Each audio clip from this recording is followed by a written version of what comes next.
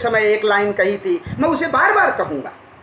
हम चाह कर भी सामाजिक अनुभूतियों से तटस्थ नहीं रह सकते।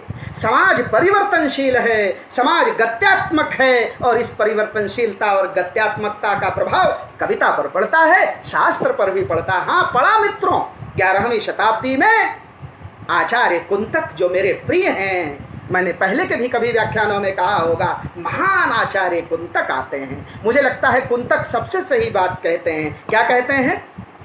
कुंतक का कथन देखिए, कितना रसमय कथन है, आप खो जाएंगे इस रसमय कथन में। कुंतक कहता है, शब्दार्थौ सहितौ वक्र कवि व्यापार शालिना। क्या कहता है? बंधे व्यवस्थितौ काव्यम तद विदाहलाद कारणा। वक्रोक्ति जीवित के पहले अध्याय का 7वां मंत्र घोषणा है कुंतक की। क्या है घोषणा? सामाजिकों को आह्लादित करना कविता का लक्षण है। शब्द और ये आह्लाद आता कैसे है? शब्द और अर्थ से आता है, लेकिन इस अर्थ की आत्मा क्या है? वक्रोक्ति आत्मा है, कथन का टेढ़ा मेढ़ापन आत्मा है। ऐसा ये विमर्श 50 सालों तक चलता है। लगभग 11वीं शताब्दी के ही उत्तरार्ध में एक और महान आचार्य आते हैं जिन्होंने काव्य लक्षण को बिल्कुल अलग दिशा दे दी, और ऐसे महान आचार्य हैं क्षेमेंद्र, 11वीं शताब्दी का प्रातः वंदनीय आचार्य क्षेमेंद्र। क्या कहते हैं आचार्य क्षेमेंद्र जी? कहते हैं, भैया कुछ नहीं, औचित्य काव्य लक्षण है। रस सिद्ध काव्य स्थिर होता है, वही काव्य वास्तविक जीवन स्वरूप है, और वो आता कैसे है? औचित्य उसका केंद्र है। काव्याश्याम अलंकारई किम मिथ्या गणितैर गुणई। औचित्य विचार चर्चा का चौथा और 5वां मंत्र में, चूंकि यही वो चौथा 5वां मंत्र में ही सूत्र है, मैं उस सूत्र को मैं इसलिए भी ये बता रहा हूँ कि जब कभी आप काव्य शास्त्र का अध्ययन करें तो आपको जरूर ये पढ़ना चाहिए। औचित्य विचार चर्चा के चौथे और 5वें मंत्र को पढ़ता हूँ। काव्यस्यामलंकारैः किम मिथ्या गणितैर गुणैः यस्य जीवितम औचित्यम। क्या है? यस्य जीवितम औचित्यम विचिन्त्यापि न दृश्यते। देखिए शास्त्र रचना देखिए, कहता है अलंकारस्पलंकारः गुणः एव गुणः सदा औचित्यम रस सिद्धस्य स्थिरम काव्यस्य जीवितम। कितनी सुंदर बात, दिशा ही बदल दी। लेकिन ये दिशा तो शास्त्र की बदली, लेकिन क्या समाज की दिशा बदल गई क्या? नहीं, बाहर के आक्रमण लगातार बढ़ रहे हैं। 11वीं शताब्दी का काल खत्म होने वाला है, बाहर के लोग लगातार भारत में आ रहे हैं, और विदेशी जातियों के संक्रमण से नए विचार, नए मूल्य, नई संस्कृति और नया शास्त्र रचा जा रहा है। अब दक्षिण भी आना जाना सरल हो गया है। दक्षिण का काव्य विमर्श भी मध्य भूमि तक, भारत भूमि तक, या जो मध्य भारत तक चला आया है। अब उसके संघात से 11वीं शताब्दी में समन्वय का शास्त्र रचा जा रहा है। अब काव्य शास्त्र की विशेषता समन्वय हो गई, दुराग्रह नहीं। मैंने जो कह दिया वही सत्य नहीं, बल्कि समन्वय का शास्त्र है। कैसा समन्वय? समन्वय क्या होता है? रस को भी मान लो, गुण को भी मान लो, काव्य शरीर को भी मान लो, औचित्य को भी मान लो, वक्रोक्ति को भी मान लो, और इन सब से मिलाकर कविता के शरीर की, कविता के लक्षण की कल्पना करो। यही है समन्वय ना। हाँ, 11वीं शताब्दी में महान आचार्य मम्मट यद्यपि अलंकारवादी हैं, लेकिन धीरे धीरे समन्वयवादी भी हैं। केवल अलंकार का नहीं, मैं काव्य प्रकाश के पहले अध्याय के चौथे मंत्र की तरफ ध्यान आकृष्ट कराता हूँ आपको। तद दोषौ शब्द, आप सबने पढ़ा, कोई ऐसा नहीं है जिसने न पढ़ा। तद दोषौ शब्दार्थौ सगुणावन अलंकृति पुनः क्वापि। क्या बात है, क्या है? दोष रहित। अब दोष रहित माने, अगर ये दोष रहितता वक्रोक्ति से आती है तो स्वीकार है, ये दोष रहितता अगर ध्वनि से आती है तो स्वीकार है, ये दोष रहितता अगर रस से आती है तो भी स्वीकार है, वक्रोक्ति से आती है स्वीकार है, औचित्य से आती है तो स्वीकार है। ऐसी सभी कविता मानी जाएगी ऐसा। लेकिन मम्मट का एक जोर है, आचार्य मम्मट का। मम्मट कहते हैं कि ये शब्द और अर्थ जिससे कविता बन रही है, इसे साधारण नहीं होना चाहिए बल्कि विशिष्ट होना चाहिए। बस केवल इतना जोड़ा आचार्य मम्मट, विशिष्ट होना चाहिए। ये 11वीं शती का समय है, हम बीच में बहुत नहीं रुकेंगे। क्यों? क्योंकि रुकने का समय नहीं है। मैं आचार्य हेमचंद्र की तरफ सीधे आपको ले चलता हूँ। आचार्य विद्यानाथ, इन्होंने मम्मट जी के कथन के, इस मम्मट की समन्वयवादिता, मम्मट को मध्यम मार्ग, भगवान बुद्ध का मार्ग अब शास्त्र में भी प्रभावित है। मध्यम मार्ग, जीवन का श्रेष्ठ मार्ग कौन सा है, श्रेष्ठ शास्त्र कौन सा है, जो मध्यम मार्गी हो, जो सारी उचित बातों को स्वीकार कर लेता हो, ऐसा स्वीकार करने का काम आचार्य हेमचंद्र और आचार्य विद्यानाथ कर रहे हैं लगातार। मम्मट ने रास्ता दिखा दिया और हेमचंद्र और विद्यानाथ अदोषौ अगुणौ सालंकारौ च शब्दार्थौ काव्यम, काव्यानुशासन हेमचंद्र, गुणालंकार सहितौ शब्दार्थौ दोष वर्जितौ काव्य। अब सारा जोर काव्य लक्षणों का जोर किस पर आ गया, काव्य लक्षणों का जोर अदोष होने पर आ गया। ये अदोषता रस से हो, वक्रोक्ति से हो, औचित्य से हो, चाहे जिसकी सहायता से हो, ये। लेकिन 12वीं शती तक एक नया विचार पुनः आता है और इस विचार को लाने का काम, ये जो परिवर्तन का काम है, या अब जो वो बीज है ना, अब थोड़ा बड़ा हो गया है, जैसे नीम का पेड़ है, अब हमारी आपकी हाइट का हो गया है, अब पता चलने लगा है कि इसकी पत्तियों का आकार कैसा है, अब पता चलने लगा है कि इसका तने की लकड़ी यूकेलिप्टस की तरह मजबूत होगी या केले की तरह मुलायम होगी, अब पता चलने लगा है। अब वो वृक्ष आकार ग्रहण कर रहा है। अब जब उस आकार ग्रहण करते वृक्ष को 12वीं शताब्दी में आचार्य जयदेव देखते हैं तो जयदेव और बढ़िया निर्णय देते हैं। अब जिसको जितना दिखेगा वैसा तो निर्णय देगा। महान आचार्य जयदेव जो निर्णय देते हैं वो मध्यम मार्ग है, समावेश का मार्ग है, समन्वय का मार्ग है, आचार्य मम्मट का प्रतिपादित मार्ग है। क्या कहते हैं? फिर वही बात, निर्दोष, लक्षण युक्त, रीति युक्त, गुण युक्त, अलंकार युक्त। अब शब्द सुनिए, रीति युक्त, गुण युक्त, अलंकार युक्त, रस युक्त, निर्दोष, लेकिन वृत्ति युक्त, वृत्ति वृत्ति अविधा लक्षणा व्यंजना वृत्ति युक्त कविता ही काव्य लक्षण माना जाएगा। ये 12वीं शताब्दी का निर्णय है। अब ये निर्णय मध्यम मार्ग है। मैं जयदेव का कथन पढ़ता हूं, निर्दोषा लक्षणवती सरीतिर गुण भूषिता सालंकार रसानेक वृत्तिर वाक्य काव्य नाभवाक। ये जयदेव का कथन है। लेकिन अभी भी जयदेव अलंकार को केंद्र में रखकर उनके मन में, आत्मा में, जैसे हमारे आत्मा में हम सबको अलग अलग चीज़ें पसंद है। किसी को प्रकृति पसंद है और किसी को शुष्क निर्जन वन पसंद है, किसी को अट्टालिका पसंद है, किसी को 12वीं मंजिल में रहना पसंद है। तो हम लोग जब किराए का घर ढूंढते हैं तो मैं पहली मंजिल, 0 मंजिल ढूंढता हूँ, तो हमारे मित्र कुछ 5वीं मंजिल में रहना चाहते हैं, कहते हैं मच्छर नहीं लगेंगे। ये तो अपनी अपनी रुचि की बात है। ऐसे ही रुचि का प्रभाव अब दिख रहा है और जयदेव अलंकार को रुचि बनाते हैं, लेकिन सबको समाहित करने का काम शुरू कर देते हैं। और जयदेव का एक प्रश्न जो शाश्वत प्रश्न है, और वो प्रश्न आप सब जानते हैं, अभी मैं उस प्रश्न की चर्चा करूंगा। एक प्रश्न जयदेव करता है, क्यों? क्योंकि अब उत्तर तो देते नहीं बन रहा, इसलिए हम प्रश्न कब करते हैं? पहले तो हम उत्तर देते हैं। जब हमारे उत्तर समाप्त हो जाते हैं तो फिर यक्ष युधिष्ठिर संवाद आ जाता है। यक्ष युधिष्ठिर को समझाना चाहता है ना महाभारत में, लेकिन वो समझाता कैसे है? प्रश्न पूछकर। क्यों? क्योंकि कथा से समझा नहीं सकता, इसलिए यक्ष प्रश्न करता है। क्या प्रश्न करता है? संसार का सबसे बड़ा आश्चर्य क्या है? यक्ष चाहते तो शिक्षा सीधे बता देते, लेकिन बताने का रास्ता नहीं खुल रहा था, इसलिए समझाने का मार्ग खोला महाभारतकार ने यक्ष के द्वारा। वही मार्ग प्रश्न करता है जयदेव। और जयदेव का प्रश्न बहुत महत्वपूर्ण है मित्रों, बहुत महत्वपूर्ण है। ये जयदेव की मनोवृत्ति का दर्शन कराने वाला प्रश्न है। क्या कहता है जयदेव का प्रश्न? आप सुन लीजिए। कहते हैं जयदेव जी कि भैया देखिए, सब मार्ग सही है, मध्यम मार्ग ठीक, समन्वय मार्ग ठीक, सब कुछ सही, लेकिन एक सवाल बता देना कि क्या अग्नि उष्णता विहीन हो सकती है क्या? बस इतना बताना। अब देख, आप बताइए इस सवाल का उत्तर। ये जयदेव का सवाल, जयदेव सवाल कर रहे हैं कि बताओ अग्नि उष्णता विहीन हो सकती है क्या? लोगों ने कहा नहीं। कहा क्यों? इसलिए नहीं हो सकती क्योंकि उष्णता अग्नि का नित्य धर्म है, मूल लक्षण है अग्नि का उष्णता, और जैसे अग्नि उष्णता विहीन नहीं हो सकती, ऐसे ही जयदेव का प्रश्न है, अंगीकरोति यह काव्यम शब्दार्था वन लंकृति असौ न मन्यते कस्मात् धनुष्ण मन लंकृति। जैसे अग्नि का नित्य धर्म है उज्ज्वलता, ऐसे ही कविता का नित्य धर्म क्या है? अलंकार।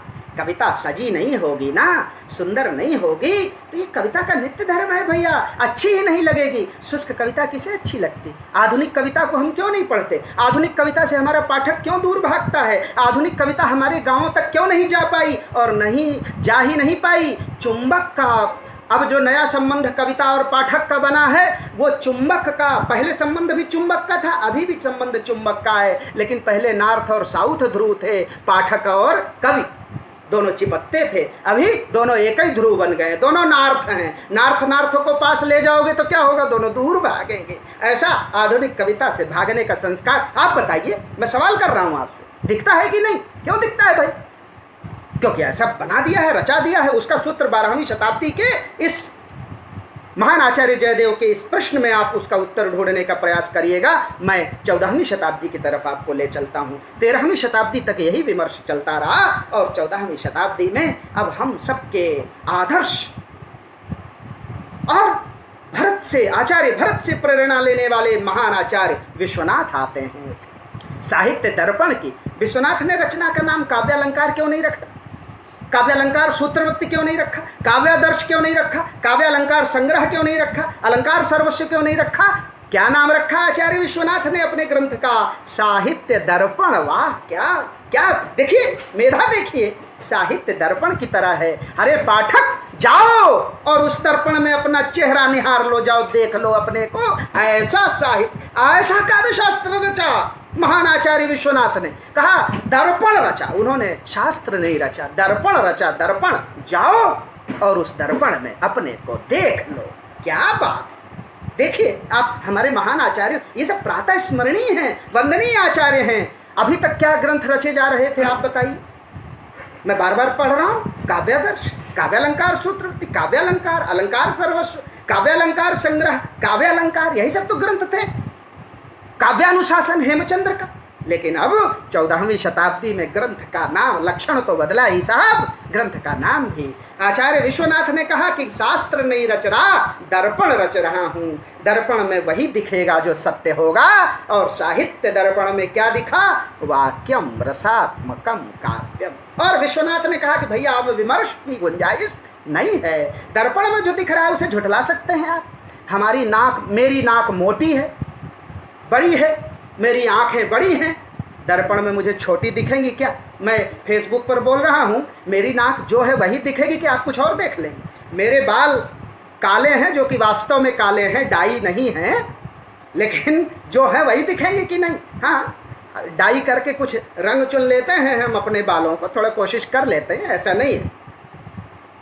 लेकिन दर्पण की रचना, अब देखिए 14वीं शताब्दी तक आते आते अब कविता अलंकार नहीं, कविता का लक्षण अलंकार नहीं, कविता का लक्षण गुण नहीं, कविता का लक्षण रीति नहीं, कविता का लक्षण वक्रोक्ति नहीं, कविता का लक्षण वृत्ति नहीं, बल्कि कविता का लक्षण क्या है? दर्पण। ये लीजिए। और एक निबंध, ये जो हमारे पीसीएस के मित्र हैं ना, उनको आचार्य विश्वनाथ को दोष देना चाहिए।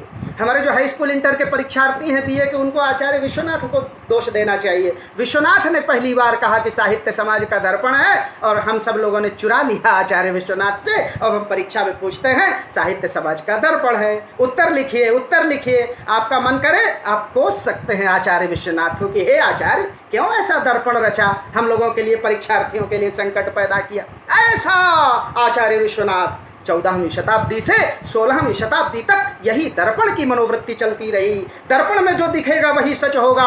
क्या दिखता है दर्पण में? दर्पण में दिखता है कि कविता शब्द से बनी है, कविता अर्थ से बनी है। दर्पण में शब्द, शरीर ही तो दिखेगा भाई, कि आत्मा दिख जाएगी? आप बताइए ना, मेरे सवाल का उत्तर दें आप। कविता में मेरा शरीर दिखेगा कि मेरी आत्मा दिखेगी? आप में से कौन लोग हैं जो मेरी आत्मा का दर्शन कर पा रहे हैं? यही बात विश्वनाथ कहते हैं। दर्पण में दिखेगा शब्द, दर्पण में दिखेगा अर्थ, दर्पण में दिखेगा चमत्कार, दर्पण में दिखेगा अलंकार, दर्पण में दिखेगा रमणीयता। और इसीलिए 17वीं शताब्दी के निर्णयकर्ता, निर्णयात्मक, जहाँ पर हम काव्य विमर्श समाप्त कर देते हैं, उसके बाद कुछ बचता नहीं है। दर्पण के बाद क्या बचेगा भैया? आप बताइए। दर्पण में जब सब दिख गया तो क्या खोजेंगे आप? खोजते हम कब हैं जब तक दिखता नहीं था। आचार्य विश्वनाथ ने 14वीं शताब्दी से 17वीं शताब्दी के बीच इस काव्य विमर्श को रोक दिया, बंद कर दिया और कह दिया कि जाओ दर्पण में देखो, जो शब्द दिखता है वो सत्य, जो अर्थ दिखता है वो सत्य, जो अलंकार दिखता है वो सत्य, जो नित्य धर्म दिखते हैं वो सत्य, वही सत्य है। जब सत्य का दर्शन हो गया तो 17वीं शती के आचार्य जगन्नाथ ने अंतिम निष्कर्ष सुना दिया। उसके बाद काव्य विमर्श बंद। अंतिम निर्णय क्या? काव्य लक्षण का सुनाया। 17वीं शती में पंडित राज जगन्नाथ ने ग्रंथ का नाम लिखा रस गंगाधर। कहा कि मेरे ग्रंथ का नाम अब दर्पण नहीं है बल्कि रस गंगाधर है। कैसा? सुरसरि सम सब कह हित होई। आचार्य तुलसी ने जो मंत्र दिया है, महान कवि तुलसी ने जो मंत्र दिया है, क्या मंत्र है? कि सुरसरि सम सब कह हित होई। ऐसी मंदाकिनी का प्रवाह, ऐसी मंदाकिनी को रस गंगाधर नाम दिया। और निर्णय 17वीं शती का अंतिम निर्णय काव्य लक्षण का है रमणीयार्थ प्रतिपादक शब्द काव्यम। अब रमणीय अर्थ का प्रतिपादन करने वाले शब्द और इनसे मिलाकर जो अलौकिक चमत्कारित्व बनता है। रमणीय अर्थ क्या है? जो अलौकिकता है, जो काव्यात्मा है, जो भीतर का भाव है। ये अब 17वीं शती के बाद आप जानते हैं कौन सा समय आ गया? रीति कविता का समय आ गया है। अब रीति कवियों की बारी थी, अब हमारी बारी थी, अब हिंदी वालों की बारी थी कि हमको अब इस दर्पण में अपना चेहरा देखना था। सबने देखा, कोई लंबे चेहरे वाला था, कोई भारी चेहरे वाला था और कोई ऐसा भी था जिसको तकलीफ थी कि बाल अगर सफ़ेद न होते तो केशव केसन अस करी जस अरिहु न कराई चंद्र बदन मृग लोचनी बाबा कहीं कहीं जाए। ऐसे भी उस दर्पण में देखने वाले थे।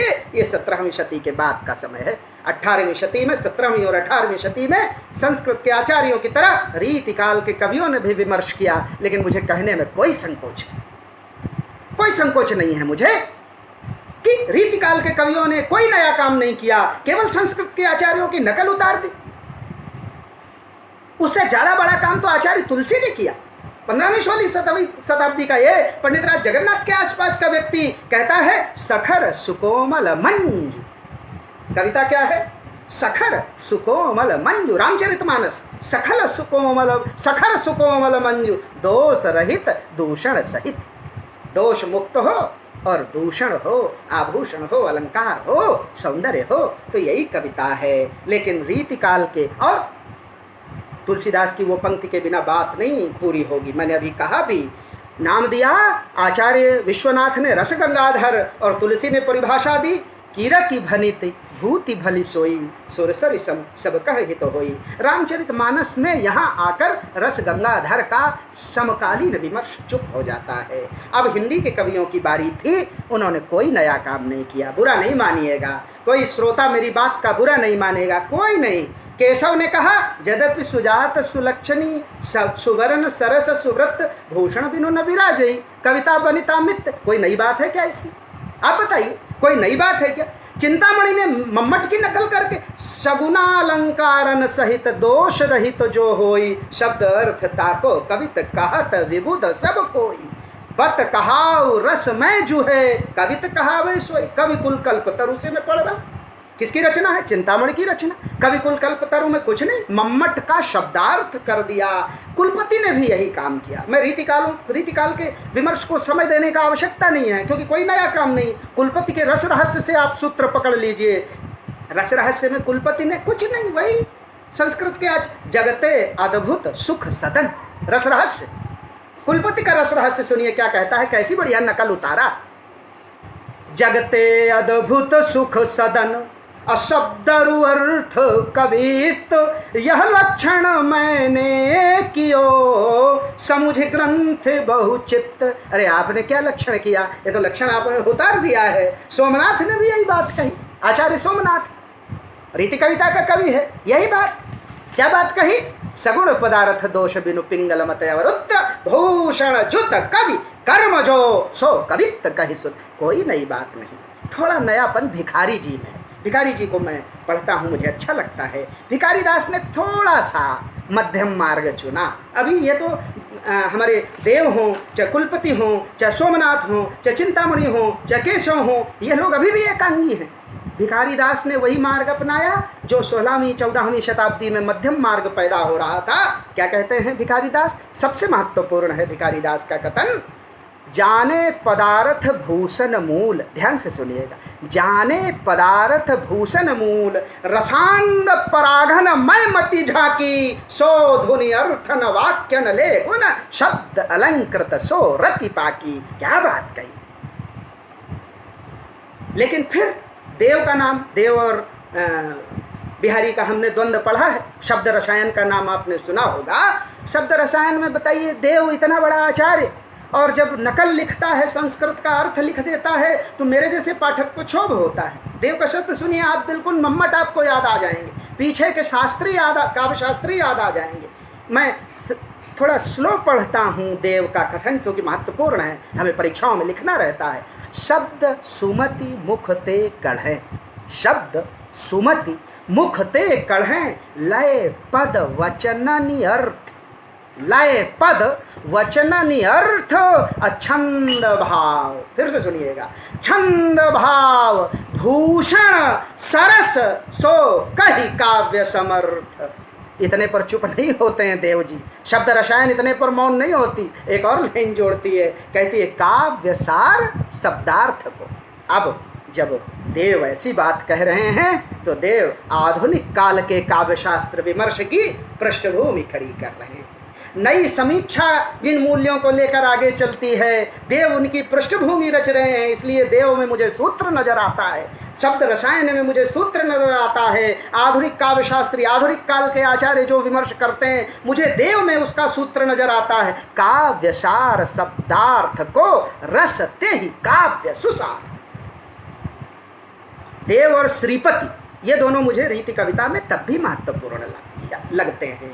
देव श्रीपति ने भी यही बात कही, शब्द अर्थ बिन दोष गुण, अलंकार रसबान, ताको काव्य बखानिए, श्रीपति परम सुजान।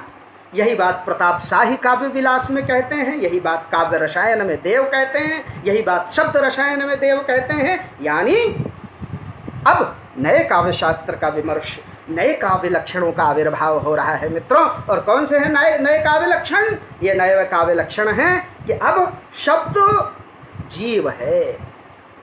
नया काव्य लक्षण क्या बन रहा है? क्या निर्णय निकाला रीतिकाल के आचार्यों ने कि काव्य पुरुष है, कविता पुरुष है, और शब्द जीव है, शरीर है, अर्थ मन है, रस यशस्वी शरीर है, मात्रिक और वर्णिक छंद गति है, अलंकार गति है, और वक्रोक्ति आनंद जो स्थायी भाव है वो मन है, मन की विशेषताएं हैं। ऐसा विवेचन रीति के आचार्य करते।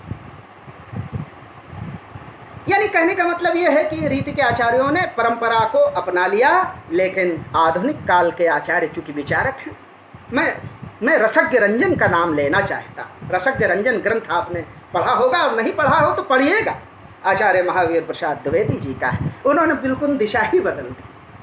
जब आधुनिक काल तक, भारतेंदु युग में तो बहुत विमर्श नहीं हुआ, रसज्ञ रंजन में महावीर प्रसाद द्विवेदी जी ने काव्य लक्षणों पर चर्चा की, और जो चर्चा की अद्भुत चर्चा है। देखिए समझ और मन देखिए कितना बड़ा है। मैं पढ़ता हूँ रसज्ञ रंजन का एक कमेंट पढ़ देता हूँ, मुझे कुछ बताना नहीं पड़ेगा, उसी कमेंट में सब निहित है। महावीर प्रसाद द्विवेदी जी रसज्ञ रंजन में लिखते हैं कि अंतःकरण की वृत्तियों के चित्त का नाम कविता है।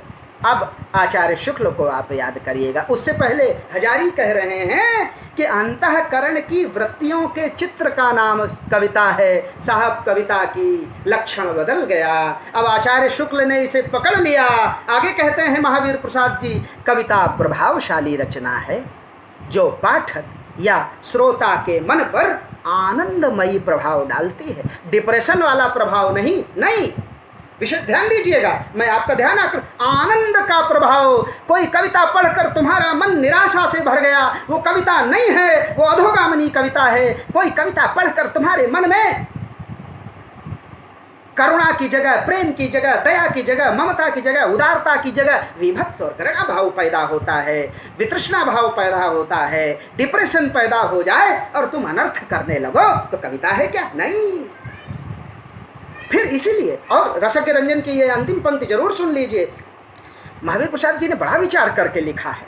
कहते हैं कि मनोभाव शब्दों का रूप धारण करते हैं। पकड़िएगा सूत्र, मनोभाव शब्दों का रूप धारण करते हैं। यानी वही कवि कौन है? अपारे काव्य संसारे कविर एका प्रजापति।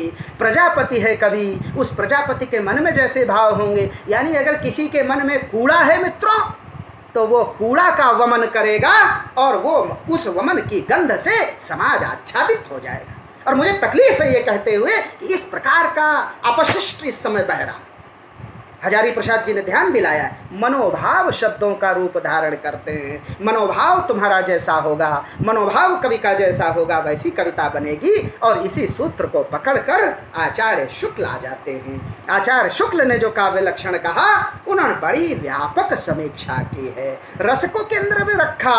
और कविता क्या है, निबंध की पंक्ति आप सुन लीजिए, आप काव्य लक्षण समझ जाएंगे। जिस प्रकार आत्मा की मुक्तावस्था ज्ञान दशा कहलाती है, उसी प्रकार हृदय की मुक्तावस्था रस दशा है। हृदय की इसी मुक्ति साधना के लिए मनुष्य की वाणी जो छंद विधान करती है, शब्द विधान करती आई है, उसे कविता कहते हैं। और ये साधना भाव योग की साधना है, अंडरलाइन भाव योग की साधना है, कर्म योग और ज्ञान योग के समकक्ष है। ऐसा चिंतामणि भाग 1 के पृष्ठ 141 में लिखते हैं। मैं इस सूत्र का, चूंकि 1 घंटा समय मुझे था, 3-4 मिनट बचा है, मैं बात पूरी करता हूँ और समय लेना उचित नहीं प्रतीत होता है। ऐसा शुक्ल जी ने जो मार्ग खोला, ये अपने जयशंकर प्रसाद जी ने बिल्कुल उसी को अपना लिया। बल्कि सच ये है कि ज़्यादा दार्शनिक बनाकर जयशंकर जी काव्य लक्षण को बताते हैं। क्या कहते हैं? काव्य आत्मा की संकल्पनात्मक अनुभूति है। और कविता का संबंध किससे है? विश्लेषण से है, विकल्प से है, विज्ञान से है? नहीं, जयशंकर प्रसाद कहते हैं इनसे नहीं है। ये श्रेयमयी प्रेय रचनात्मक ज्ञान धारा है, आत्मा की मनन शक्ति की असाधारण अवस्था है, सत्य को मूल चारुत्व के रूप में ग्रहण करती है और संकल्पनात्मक अनुभूति के रूप में प्रकट हो जाती है। ऐसा मैं इस पर बहुत विमर्श नहीं कर रहा, मैं 20वीं शती के विमर्श की तरफ आपका ध्यान ले चलता हूँ। और ऐसा ध्यान दिलाने का काम, ऐसा आकृष्ट करने का काम हम लोगों को पढ़ते समय जो रोकता है, जो महान आचार्य, ऐसे महान आचार्य हैं नंद दुलारे वाजपेयी जी। वहाँ पर रुकना पड़ता है, प्रसाद पर रुकना नहीं, शुक्ल जी पर रुकना है। और शुक्ल जी के बाद अगली जगह अगर कहीं रुकना पड़ता है, आपको रुकना पड़ेगा, तो ये रुकना है कहाँ? नंद दुलारे वाजपेयी की जगह। क्या कहते हैं? प्रकृत मानव अनुभूतियों की नैसर्गिक कल्पना के सहारे सौंदर्यमय चित्रण है कविता, जो मानव मात्र में स्वभावतः अनुरूप भावोच्छवास और सौंदर्य संवेदन उत्पन्न करती है। इसी को अन्योक्ति भाव से, मैं जल्दी जल्दी पूरा कर रहा हूँ, इसी को अन्योक्ति भाव से 20वीं शती में डॉक्टर नगेंद्र कहते हैं क्या कि रसात्मक वाक्य कविता है। श्याम सुंदर दास कहते हैं अलौकिक आनंद कविता का लक्षण है। प्रेमचंद कहते हैं कविता जीवन की आलोचना मात्र है। महादेवी कहती हैं कि कविता असीम सत्य की झांकी है, कविता कवि विशेष की भावनाओं का चित्रण है। और यह चित्रण कैसा होना चाहिए? आपके मन की भावना अगले के मन की, साधारणीकरण, आपके मन की भावना अगले के मन की भावना बन जाए, कांटा चुभाकर। महादेवी देखिए कितनी बढ़िया, मुझे महादेवी भी आकर्षित करती। महादेवी कहती है कि कांटा चुभाकर उसकी पीड़ा तो संसार अनुभव करा देता है। कवि कौन है? मैंने आपको कांटा चुभाया, आपको पीड़ा हुई, मेरा कुछ है क्या इसमें? लेकिन मैं कवि तब हूँ जब बिना कांटा चुभाए उसकी पीड़ा का अनुभव, मन अपने मन की पीड़ा का अनुभव आपको करा दूं तो कवि हूँ। ऐसी कवित्री महादेवी, ऐसा काव्य लक्षण। और मुझे जो एक और जो आकर्षित करते हैं महान कवि, मेरे प्रिय कवि हैं सुमित्रानंदन पंत, वो कहते हैं कि कविता अधूरे क्षणों की वाणी नहीं। कविता का लक्षण क्या है? जीवन के अधूरेपन को प्रकट करना नहीं, जीवन के अभाव को प्रकट करना नहीं, जीवन के अंधेरे को प्रकट करना नहीं, बल्कि हमारे परिपूर्ण क्षणों की वाणी है कविता। और शब्द और अर्थ इसके वाहक है। सच्चिदानंद हीरानंद वात्स्यायन को याद किए बगैर ये विमर्श पूरा नहीं होगा। वो ठीक बात कहते हैं, मैं सहमत हूँ कि कविता सबसे पहले शब्द है और बाद में अर्थ, बाद में भावना। शब्द नहीं होंगे जिसके पास, वो क्या अर्थ प्रकट करेगा, वो क्या अर्थ करेगा। लेकिन ये चर्चा जो समाप्त करते हैं 20वीं शती के ऐसे महान कवि, प्रातस्मरणीय कवि, बहुत शानदार बात कहने वाले केदारनाथ सिंह जी, मेरे प्रिय कवि केदारनाथ सिंह जी कहते हैं, सुन लीजिए, आपको कविता का मर्म समझ में आ जाए। काव्य लक्षण का अंतिम लक्षण सुन लीजिए। ये अब वृक्ष बन चुका है बीज, और उस वृक्ष को देखकर कवि भयाक्रांत है। कवि कहता है, मुंह में बचे हुए चावल के स्वाद को, मुंह में बचे हुए चावल के स्वाद को कुछ अदृश्य कंकड़ियों के हस्तक्षेप से बचाने का नाम कविता है। ये 20वीं शती के अंतिम समय का विमर्श है। कुल मिलाकर हमारे आधुनिक काव्य लक्षण हैं, आधुनिक जो काव्य शास्त्री हैं, वो काव्य वर्ण विषय पर उनका ध्यान अधिक है, शैली पर भी उनका ध्यान है। अब कविता पुराने मानदंडों पर परखी नहीं जा सकती, और इसीलिए विजय देव नारायण शाही का मैं समर्थन करता हूँ। महान विजय देव नारायण शाही जी ने कहा कि भैया, अब जो कविता है उसको पुराने लक्षण से परखोगे तो मतिभ्रम हो जाएगा आपको, इसलिए नई कविता को परखने के लिए नए प्रतिमानों की ज़रूरत पड़ेगी, नए प्रतिमानों के गढ़ने का समय है। लेकिन एक आग्रह है कि ये प्रतिमान ऐसे न हो जाएं कि हमारा मन सत्य भाव की तरफ न जाए, आनंद हमें न मिले, मन का विस्तार न हो, मन का विकास न हो, विश्व बंधुत्व का विकास न हो, हमारी आत्मा का विस्तार न हो, हमारी आत्मा दर्पण की तरह न हो पाए, कहीं ऐसा न हो जाए इन प्रतिमानों को खोजते हुए। बस इतनी ही बात आपके साथ कहनी थी। बहुत बहुत धन्यवाद आदरणीय नितेश जी, जो जवाहरलाल नेहरू विश्वविद्यालय से हैं, जो इस कार्यक्रम में जिनके आग्रह पर मैं उपस्थित हुआ हूं, उन्हें बहुत बहुत साधुवाद। उनका आग्रह था कि कुछ काव्य लक्षण पर थोड़ी सी चर्चा होनी चाहिए, मैंने उनके आदेश को माना और आपके साथ ये चर्चा की है। और ऐसे ही मेरे मित्र हैं, मेरे साथी हैं, डॉक्टर सुजीत प्रताप सिंह जी मेरे साथ विश्वविद्यालय में प्राध्यापक हैं, उनका भी आग्रह था कि काव्य लक्षण हमारे विद्यार्थियों तक जरूर पहुंचना चाहिए, और वो भी 1000 सालों का जो इतिहास है, मैंने कोशिश की है कि एक घंटे में जितना ज़्यादा से ज़्यादा समेट सकूं आपके साथ बात रखूं। आप सब श्रोताओं को, मित्रों को, बंधुओं को, अनुजों को, विद्यार्थियों को, प्राध्यापकों को, आचार्यों को, जो भी मौजूद हैं, मैं करबद्ध कृतज्ञता, धन्यवाद और अपना आदर प्रकट करता हूँ। बहुत बहुत धन्यवाद। बहुत